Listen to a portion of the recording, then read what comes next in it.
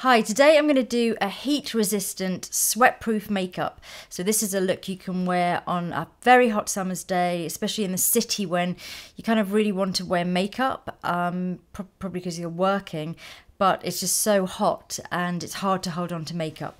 So I'm going to start by using a sunblock first. I'm going to use the Clinique City Block, and this is a factor 40. And I like this one because it's oil-free, but it has good UVA and UVB filters. It goes on a little bit white in the beginning, but you just have to really blend it in well.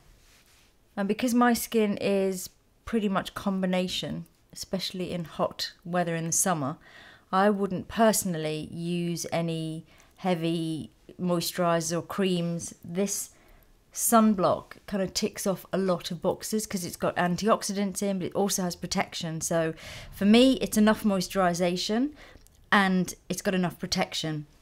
The only other thing I would use is something like a mattifier over the top, because although this is oil free, it's still too shiny for me, and I prefer a more matte look down the center of my face in hot weather.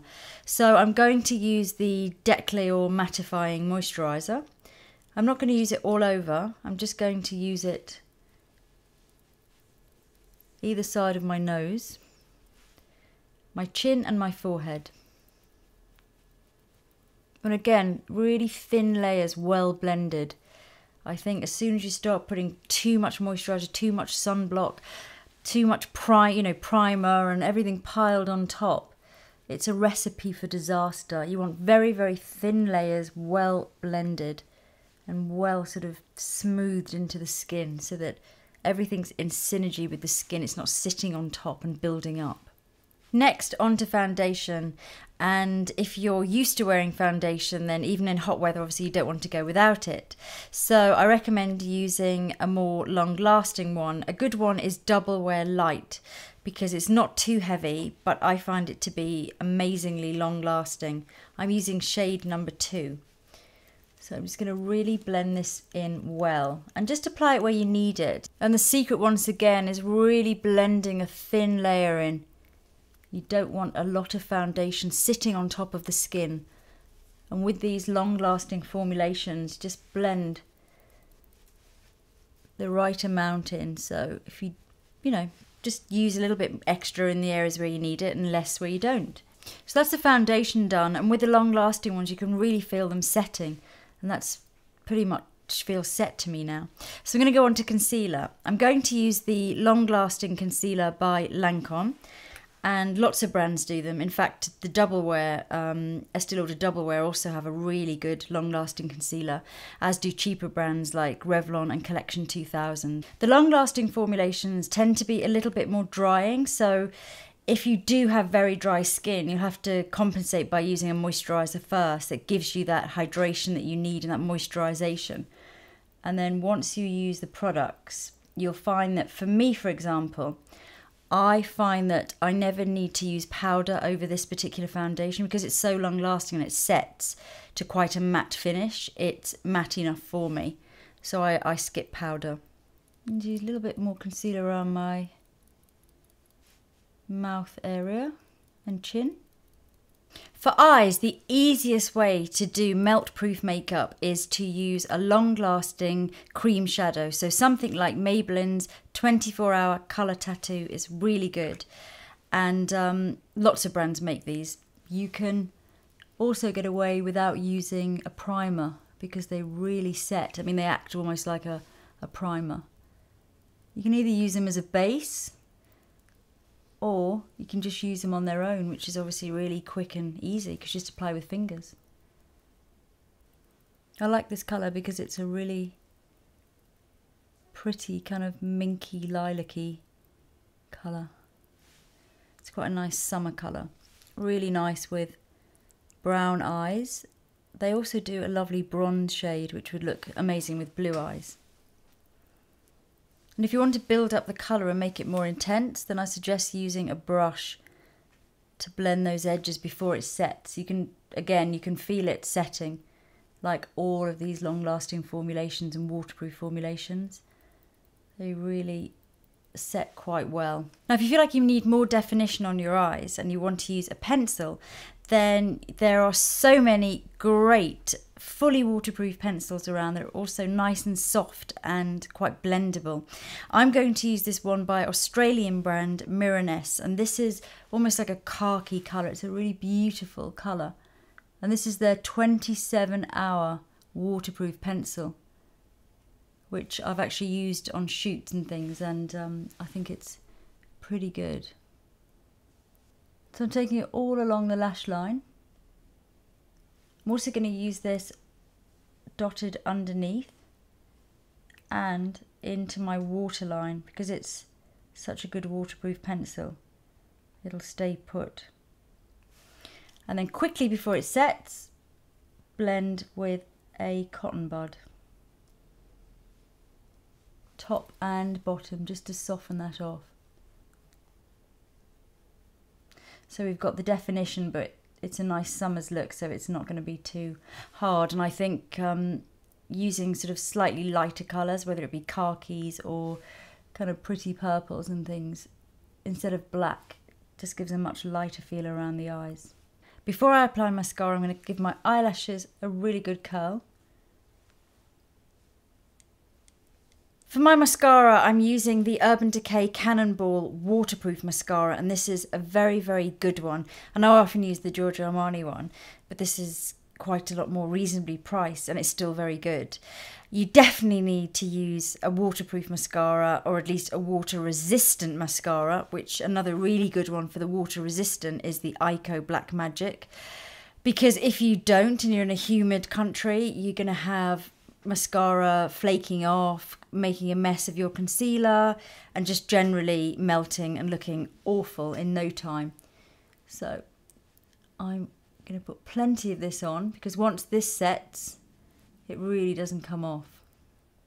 So you can really build this mascara up.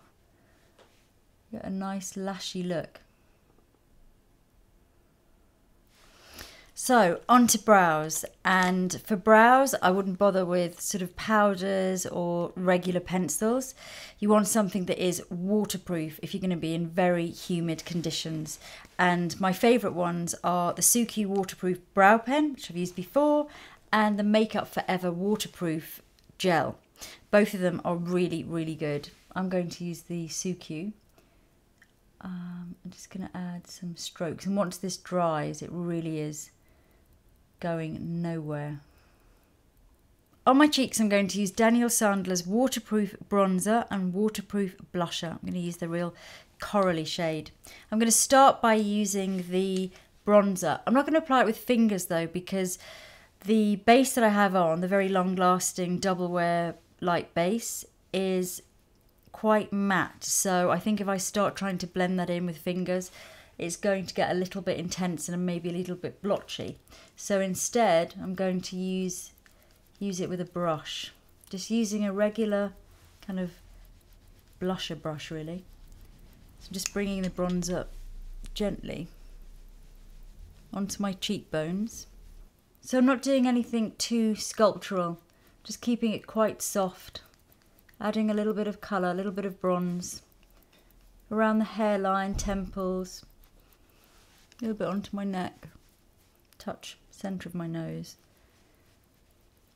And then using the same brush, I'm going to wipe that on a tissue and then go in with the coral blusher and apply that more in a sort of C shape onto the apples of my cheeks, so I get the colour. And then again, just wiping the brush on a tissue, taking off, just going to smooth everything in there. And I can feel that setting already. So just make sure everything is really soft. You can use fingers just to pat and blend any edges that don't look quite right. The nice thing about using a waterproof cream blusher is that you still get that nice dewiness. So if you've used a long-lasting foundation, which they often tend to be quite matte looking, and then you add the cream blusher, it just gives life and brings a summery look to the makeup. You know, if I'd gone over with a really matte powder, blusher, I think the whole look would start to look quite heavy and matte and just not summery at all. So it just brings that freshness back, really, that life into the skin. So onto lips, and the same philosophy applies. We want really thin, well-blended layers. So to start with, you want to get a really good stain on, and you can use for this any of the lip staining products around, whether they be the liquids that you get or the felt tip types of stains or lipsticks that are, you know, very, very long lasting stains. I'm going to use the Maybelline 14 Hour, and this is Stay With Me Coral. So I'm just going to use this to get a base layer on, if you like. As with, again, with all long-lasting products and waterproof products, they do tend to be a bit on the drying side. So we're going to get this on, and we're going to add another layer of moisturisation in a second. And when you're applying them, really rub them into the lips. You want them right down into the base level of the lips, so you can get that really good stain going. If you want to cheat the shape a little bit, which is what I'm doing by just extending slightly, then you're best off using one of these matte opaque type long-lasting lipsticks or a waterproof pencil that you just use all over and make corrections with. Once you've got the shape exactly as you want it, then give a really good blot with a tissue. So that's a really indelible stain. You can see it's not going to come off. It feels very drying though. So the next thing I'm going to do is to use this moisturising pencil. And this in itself isn't too glossy. It's quite waxy. So although it feels nice and moisturising, it has almost a waxy stickiness about it. And I'm just going to put a thin layer of that all over. And that's going to be really long lasting. Then throughout the day, if you need to touch up, you can just add a little bit more of this pencil, and you should be left at all times with a great lip colour that's not sliding off and not melting and not mushing about all over the place. So that's the finished look, and I've gone for quite a dramatic look, quite a strong makeup look. Obviously, you don't have to use eyeliner and eyeshadow and bright lipstick, but in fact, I've gone for quite a colourful look because I've mixed it with a really strong teal nail as well. I think the main thing is that look out for waterproof and very long-lasting formulations.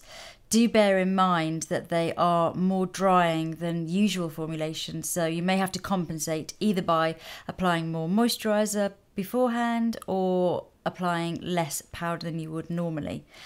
And everything needs to be in very, very thin layers. The more you build up on the skin, the more likely it is to all slide off and be rubbed off. So thin layers, well blended, good formulations, and then you can do whatever look you like, and you can be confident about it. It's going to last.